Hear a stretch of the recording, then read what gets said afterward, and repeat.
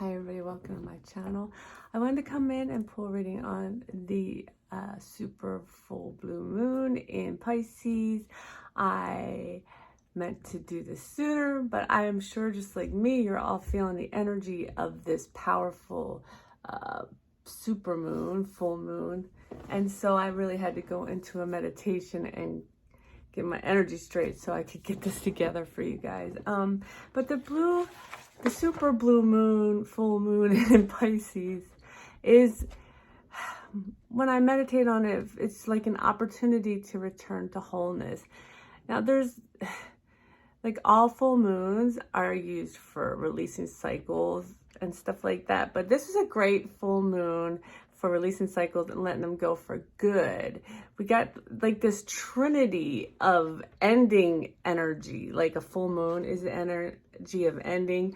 It's in the sign of Pisces, which is the last sign of the zodiac. So it's also, the position of Saturn with the full moon is about closure. So using this energy, so Pisces is about spirituality, and then it's a water sign, so it's always about a lot of emotions, right? And then Virgo is an earth sign. It's also about planning and stuff like that. So this is about grounding. To me, I got that this is about grounding our spiritual path into our 3D reality, releasing the stalemate is what I keep hearing, and starting movement forward. So this trinity of letting go is really, it's really pulling up all this energy and making it heavier, stronger. And I'm hearing, I'm trying to think of the quote. I'm hearing a quote that, I'm trying to think of his name. Daryl Anka had channeled from Bashar. Everything happens for a positive reason, even if it's not preferred, which is a really light word for this energy. But, excuse me. But this is what this is about, right? And then there's other energies going on. There's always other energies going on, you know, with Pluto retrograde in Capricorn, which is about institutions, and opposing Cancer, which is about home and family, where I work, where I go, where I live, where is my power going out. This is really, for the spiritual community, an opportunity to revisit your power, your fears, for release. So really seeing where your fears are, taking back your inner power and releasing your fears, so that you can, what happens is we do all this extra work as light workers so we can release it and we can move forward, and it's kind of a leading the way energy. And I've seen this play out in my life because I was born, you know, I just stayed awake as a child, and the energy movement was so slow. And now it's like everybody gets what you work through, you know, at certain points. It kind of goes into this collective energy field. And so I just want you to know, first and foremost, that you're not alone right now. Everybody's feeling this. I am an empath, an alchemist, a healer, an intuitive. So I really am in this energy big time with you. So I do know how you're feeling. So let's pull some cards and see what we can get out of it. So I'm going to pull from the Angels and Ancestors deck. I really, really feel the Angels and Ancestors really strong right now. Oh my God, that just dropped out. Sky Father, trust in the unknown. And there's that eagle, guys. Okay. Trust in the unknown. And oh my God, Shield Maiden, make plans and focus. What did I say? Is it the sun's in Virgo? Virgo's about making plans and focusing on them to move forward. And trust. That's what, you know, the Angels and Ancestors are saying, trust. Trust. I've been getting that a lot, you know, in offline readings. I do offline readings because I'm hearing not this deck. Okay. I just do them to kind of, you know, I want to know I'm not the only one going through stuff too. So what is this collective energy? Okay. Earth magic. Oh God. Fearlessness, removing obstacles. So this full super blue moon, and I don't know if I said this, but a blue moon is just about it having 2 full moons in 1 month. So a super moon is about the moon being closer in proximity to the earth, so it's even more powerful. And do you see in this card, there's this full moon behind. This is, I just got a little bit of a chill off of that. Behind it. Okay, so we're using the sun, the moon, the earth magic, the earth energy to remove fearlessness and obstacles, guys. That's beautiful. And then, and this card is an 11, and again, has a lot to do with moon energy. You see the ocean behind her. Opening heart, deep connections, water blessings. So keep your heart open. I did a reading the other day for the Divine Feminine about the calling that was recently given to surrender to her higher self. And so this is, I feel like this is kind of that message coming through for everyone, to surrender to your higher self and allow the universe to bring in these beautiful things that are there for you, to understand that these emotions and cycles are coming up for release and closure and reintegration. So we always, when we release things, we always reintegrate it back into the heart chakra. We don't push it away, because pushing things away keeps them coming back.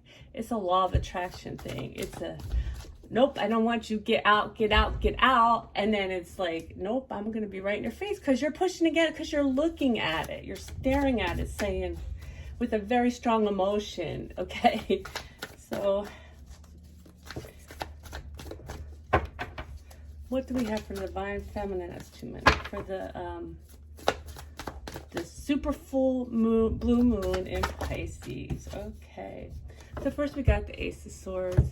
And in this deck, the Ace of Swords is really about the crown chakra, the connection to source, the understanding of this journey, guys. And you know, we're all on this journey together. This it's just so weird how the whole collective kind of interacts and acts in the same manner to move forward. So it's got to be that we're doing this for a reason, right? And the feminine understands that, you know, and she understands that, I feel like this is saying she understands it's time to surrender to her higher self. You know, all the energy readings you can watch on the internet where they tell you this is going to happen and that's going to happen, you always have to understand that there's free will in account. So the Divine Feminine understands that the universe has her back, that even though she feels all this sorrow about her own connection, that she has to release it. And this I feel like is coming up for a lot of the feminine right now again, so that she has to release it so that she can move forward, so she can allow her higher self to guide her to where she needs to go. Because you cannot account for you cannot take away the free will of your counterpart. You've got to. And they cannot, of course, take away yours either. The Eight of Wands keeps showing. And we have the Wheel, which again, to me, this is reiterating what I said, that, you know, it's bringing up cycles, it's bringing up patterns, right? This full moon, so that you can release it, that you can feel it, release it, and reintegrate it, so that you can remember, right?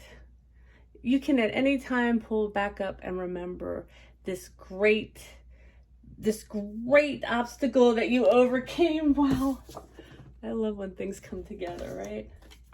That's beautiful.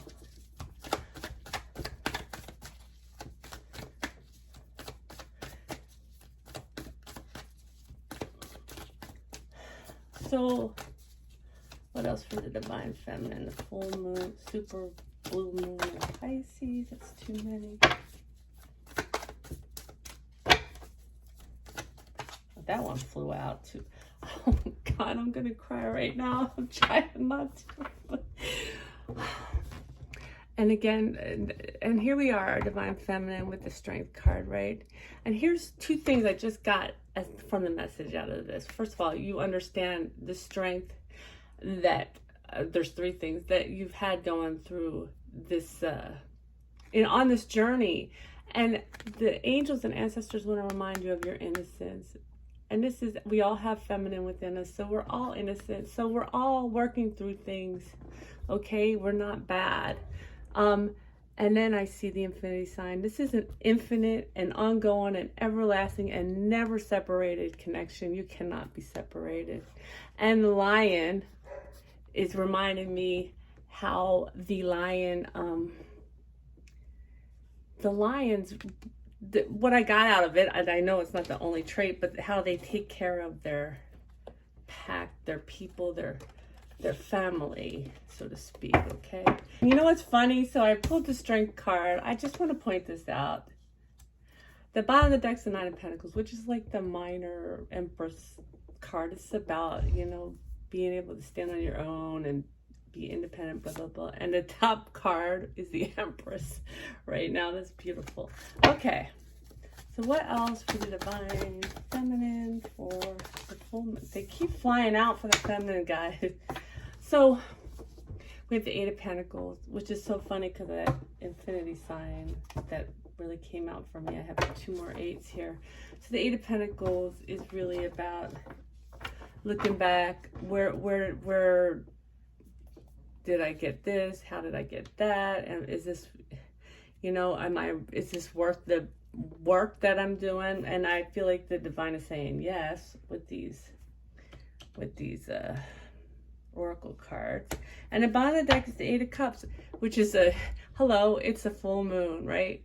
This is really about walking away from anything or anyone that no longer serves you and walking toward your 9 cups, your wish fulfillment, the sun, okay? So that's the overall energy for the Divine Feminine. Keep that in mind. And let's see what we got for the Divine Masculine for the full moon, full super blue moon in Pisces.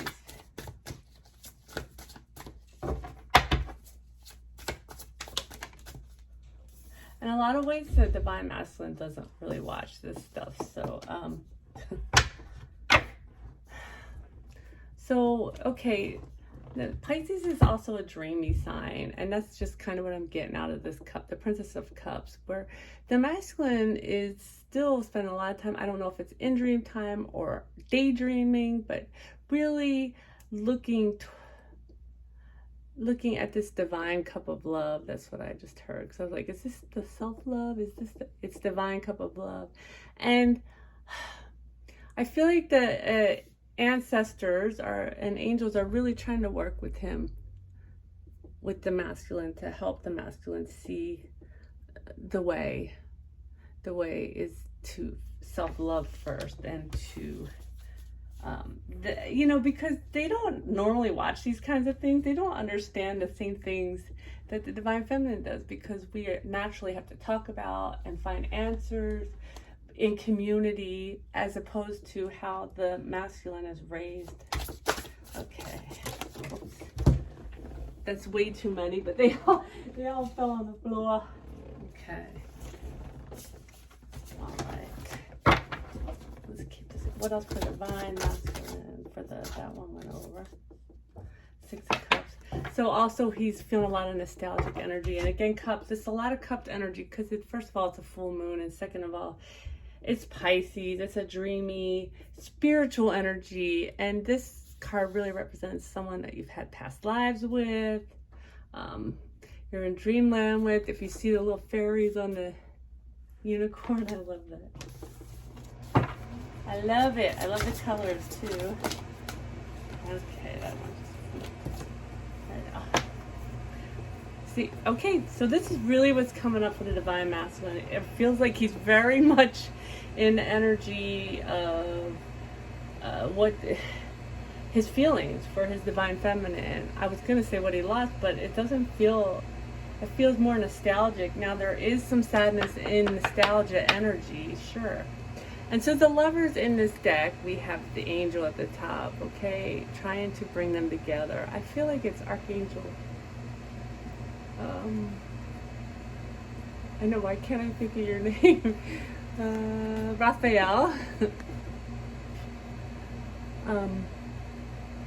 And so there they are. This is so interesting, because I've never really seen it this way. I see them under the clouds, right? And oh my God, I just got chills. And Archangel Raphael is really trying to shed light here on how to bring the sun to their garden. Oh my gosh. Okay, that's what I got. I'm gonna leave it there. What else do we have? Divine masculine. Divine masculine.